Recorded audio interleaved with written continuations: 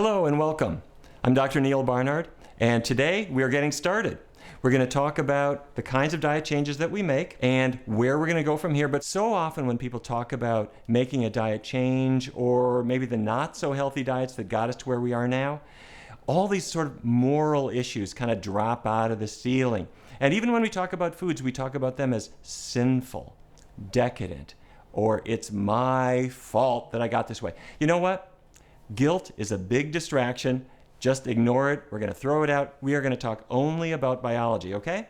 And if you happen to goof up and you eat something that is maybe not quite perfect, well, just get back up, dust yourself off, and we're going to go forward, okay?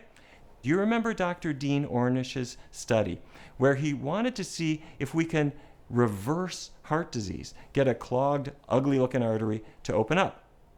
He started something called the Lifestyle Heart Trial, and his experimental program just had 4 easy steps. Number 1, he said vegetarian foods. Well, let me ask you, why would you use vegetarian foods for heart patients? Well, you want to get away from the animal fat, right? Get away from the cholesterol. Easy, okay. Secondly, half-hour walk every day or an hour 3 times a week, either way. Manage stress. And finally, avoid tobacco. That was the whole program, no drugs. Typical day's meals, simple, maybe oatmeal with cinnamon and raisins, half a cantaloupe, rye toast, but no butter on the toast, right? If you have chili, fair enough, but it would be a bean chili or a vegetable chili, something like that, not the meat variety. You could have a salad, you can have snacks of fruit all day long. Pasta was okay, but with a meat sauce, no, I don't think so. Creamy Alfredo, no dice, but a marinara sauce would be fine, or a spicy arrabbiata sauce. As long as there's no meat, dairy products, we're good. Broccoli or something like that could go on the side. These were easy changes, but in Dr. Ornish's research, the results were dramatic. Cholesterol dropped 24%, and you know about LDL cholesterol, that's low-density lipoprotein or bad cholesterol? It dropped 37%, that's huge. And now some of the people were skinny already, some were pretty overweight, but the average person in the course of a year's study lost 22 pounds, which is great. And then what really made medical history was when they looked in the arteries to see the size of the artery blockages. They were actually opening up enough that you could see a measurable difference in 82% of patients in the first year. So my research team said, great, why don't we try the same kind of diet, not for heart patients, but just for people who need to lose some weight. So we used a low-fat vegan diet, and as I always say, a vegan is not a person from the planet Vegas. Okay, a vegan diet simply means no animal products. We also said in that study, don't exercise. Now, in what we're doing, you can exercise all you want, so don't worry about that. But in this study, it was not an exercise study, and it was 14 weeks. Your average person lost 13 pounds in 14 weeks, pretty good. And they lost inches around their waist. Their insulin sensitivity improved. But more important than all of this was what happened over the long term. We put the people on the scale. After a year, they were skinnier than at the beginning, and we put them on the scale again after 2 years, and they were skinnier than at 1 year. In other words, if you can make a diet change so that you're getting the weight off and keeping it off over the long term, you're going to solve your problem, right? Make sense? We then put this kind of diet to the test for people with diabetes. And if you have diabetes, you know that what we track is something called hemoglobin A1C. That's a test that checks our blood sugar control over about a 3-month period.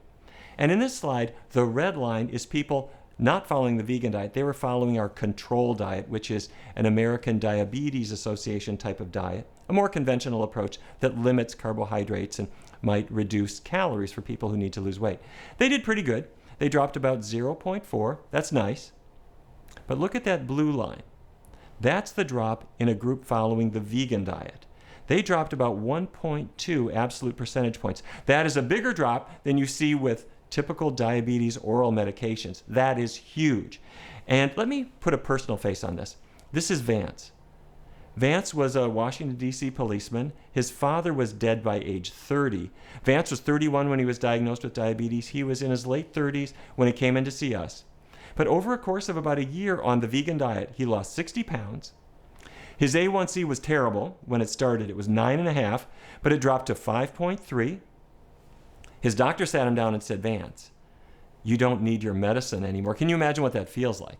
And one other thing about Vance, he wanted to make sure that when I was sharing his story with people that he he said that a lot of men are really concerned about one thing, and that's erectile dysfunction. And it's true that a lot of guys who have diabetes, it affects the blood flow to the heart, the eyes, the kidneys, all the parts of the body, including a man's private parts. So they end up with erectile dysfunction. And about 4 or 5 months into the study, Vance wanted to let me know about a big surprise he had had that morning, if you catch my drift. In other words, this is a great approach for erectile dysfunction. I'll leave the rest to you. This is Nancy. Nancy was about 60, and in the course of a year on the low-fat vegan diet, she lost 40 pounds. Her A1C dropped from 8.3 to 6.8. She stopped all of her diabetes medicines, and her arthritis, she had had joint pain, that improved dramatically. Okay, now I want to lay out sort of the basic issues about weight control. The first thing is, where are the calories? You know, so many people say, well, don't eat bread, or don't eat potatoes, or don't eat this, or don't eat that. Well, where are the calories in the foods that we're eating? Oh, there they are. And there they are. Beef, fried chicken, these kinds of things. These are not health foods. And why? First of all, they are loaded with grease. And fat is the densest source of calories. You'll find fat in animal products. You find it in vegetable oils. And here are the numbers. Now, this is going to be on the test. A gram of fat has 9 calories. Now, a gram is not very much. A gram does not even fill a thimble, but it's got 9 calories. And in contrast, carbohydrate, whether it's from bread or rice, has only 4, okay? A gram of fat, 9. A gram of carbohydrate has only 4. And that's important because so many people think it's bread. Well, it's not bread, unless we're smearing our bread with butter and other sources of grease. Some people will say, well, all right, I'm eating lower fat foods. I switched from beef to chicken. Well, here's the bad news. The leanest beef is about 29% fat as a percentage of its calories. Typical skinless chicken breast is not much lower. It's maybe about 23. Fish vary. Some are lower, some are higher. Some are really high, like Chinook salmon, over 50%. But look at broccoli. It's 8%. Beans, 4%. Rice, 1 to 5. These foods give you power. The chicken, fish, beef just don't give you. All right, I want to make sure if everyone is paying attention. How many calories are there in a gram of beef fat? I'm seriously asking, how many calories are there in a gram of beef fat? 9? 9, do we all agree? That's right, okay. 9 calories in every gram of beef fat. How about if it's chicken fat? Still 9, good. How about if it's fish oil? That's right, 9 calories in every gram of fat, no matter where it's from. Well, how about if it's peanut oil? It's from a plant. Still 9. How about olive oil? Still 9 calories per gram. Extra virgin olive oil? Extra virgin olive oil? How about 1040 motor oil? Okay, don't try this at home. But all of these foods have 9 calories per gram. Doesn't matter what kind of fat it is. And so what that means is, if we want to lose weight, here are the keys. Avoid the animal products. That's where the animal fat is. And keep the vegetable oils really low too. That way, you're going to knock out all those dense sources of calories. And that really means being careful about cooking oils, also nuts, seeds, avocados, and olives. Those are the plant foods that I'm sorry to say are a little fatty. Now later on, we're going to talk about some other things, favoring low glycemic index foods, really going high fiber. But the thing to concentrate on right now, avoid the animal products, keep the oils low, okay? We got that? Good. Let me share with you the keys to success as I see them. Number 1, don't worry about what you're going to do 30 years from now. We'll focus on the short term. Secondly, don't set a foot wrong. We're not even going to think about a slip. Some people say, am I really doing this? The answer is, yeah, we are really doing this. We're going to do it every breakfast, every lunch, every dinner, every day. So let's get started. What are the steps for introducing a healthy diet? The first step, this is what we're going to do this week, is just try out new foods. Then later on, we're going to do a short-term test drive to really put them to work. But now we're not doing that. All we need to do now is to test them out. And that means test some new breakfasts, lunches, dinner, also snacks, and then get ready to begin the diet a week from now. So our goal for right now this week is just try out some healthy foods. Let me give you some ideas. But what I'd like you to do is take out a piece of paper. Let's go ahead and do this. Take out a piece of paper, write breakfast, lunch, dinner, snacks.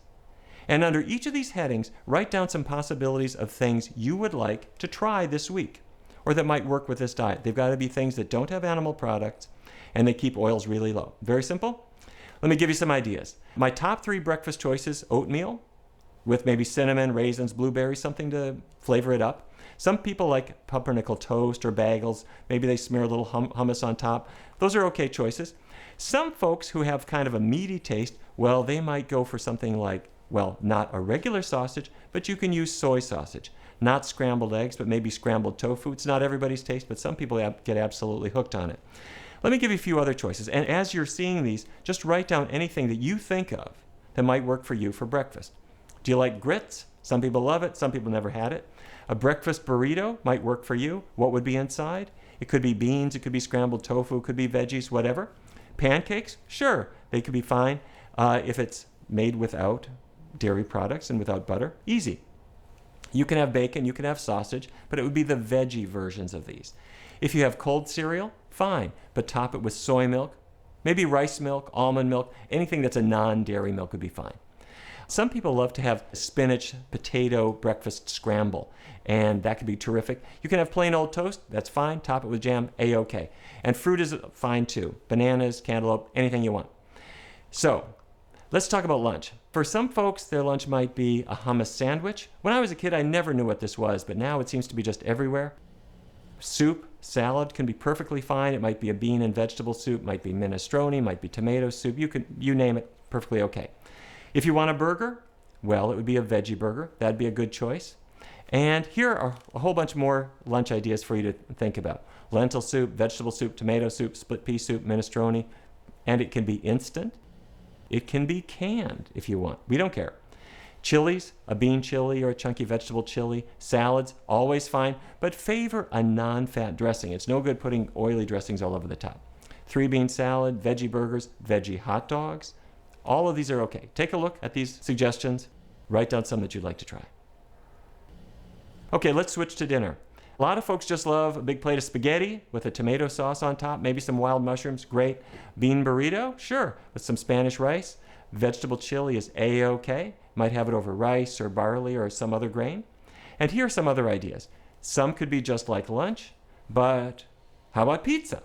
Can you do a vegan pizza? Absolutely. Leave off the cheese. Go for extra sauce, maybe some mushrooms, onions, spinach, sun-dried tomatoes. It can be great. Lasagna, easy. Leave out the cheese. Could be a spinach lasagna if you want. It could be a curry, maybe black beans and rice, stews, mushroom stroganoff. Anything appeal to you? Here's some more things for you to take a look at. Just see if anything grabs you and write it down. Okay, so our goal right now is just to make a list of things you want to try. Okay, take a minute and let's go ahead and do our list. Now let's look for snacks. Number 1, fruits are terrific. Bananas, apples, oranges, you name it. Let me tell you something about cantaloupes. When you buy a cantaloupe, you're going to end up throwing it away because nobody ate it. And the secret is cut it up into bite-sized bits, put it in a little tub in the refrigerator, and I guarantee you it will be gone in a day and a half. Sweet potato fries, rice cakes, there's many things that people like. Take a look at this list, see if any of these grab you, and then just write them down, okay? How about convenience foods? There are a number of products on the market now that help us replace meat, dairy products, and eggs. They're everywhere, and they're really easy to use. Here are some replacements for ground beef. If you want to put it, say, for example, in a chili or a spaghetti sauce, really easy to use. If you normally have a hamburger, how about a veggie burger? If you normally have a hot dog, how about the veggie dog? And there are deli slices that you can put in a sandwich or you can put on pizza. They taste really great. But the idea now is to try several different ones, see which ones really grab you. If yogurt is your thing, have you tried the soy yogurts? They come in a dozen flavors or more. Give them a try. And when it comes to milk, try different kinds of soy milk, rice milk, almond milk, oat milk. There are many, many different ones. If one tastes maybe a little chalky, try, say, rice milk or something else. See which one you really like. Cheeses, in my view, the non-dairy cheeses are not so great. They're trying to simulate cheese, which is very, very high in fat. And the way that they do it oftentimes is either by adding a little bit of dairy protein to it, which we don't want, or adding a lot of fat to it, which we also don't want. On the other hand, my favorite cheese replacer for a sauce is nutritional yeast. Have you ever heard of it? It's a fun thing. It comes in a tub, and it's in the supplement aisle at the health food store. And it has this cheesy kind of taste. You put it in a spaghetti sauce, put it on pizza. It's really delicious. Nutritional yeast, but it's not brewer's yeast. It's not baker's yeast. Those you don't want to put on your food. But nutritional yeast, very nice. If you are baking and you need to replace some eggs, here's a list of things that you can use. You can use tofu, mashed banana, applesauce. You can use soy yogurt, rice yogurt. And there's a commercial product called Egg Replacer that you'll see at health food stores. Works very, very well. Okay, so now let me ask you to turn back into the group. Take your papers. Let's compare notes, come up with some good ideas. And our goal this week is not to change our diet. Our goal is to experiment with some things. We're going to come back next week. We're going to share our successes, and we're going to talk about what we'll eat from here on out. So once again, thank you so much for being part of the program. Let's get started.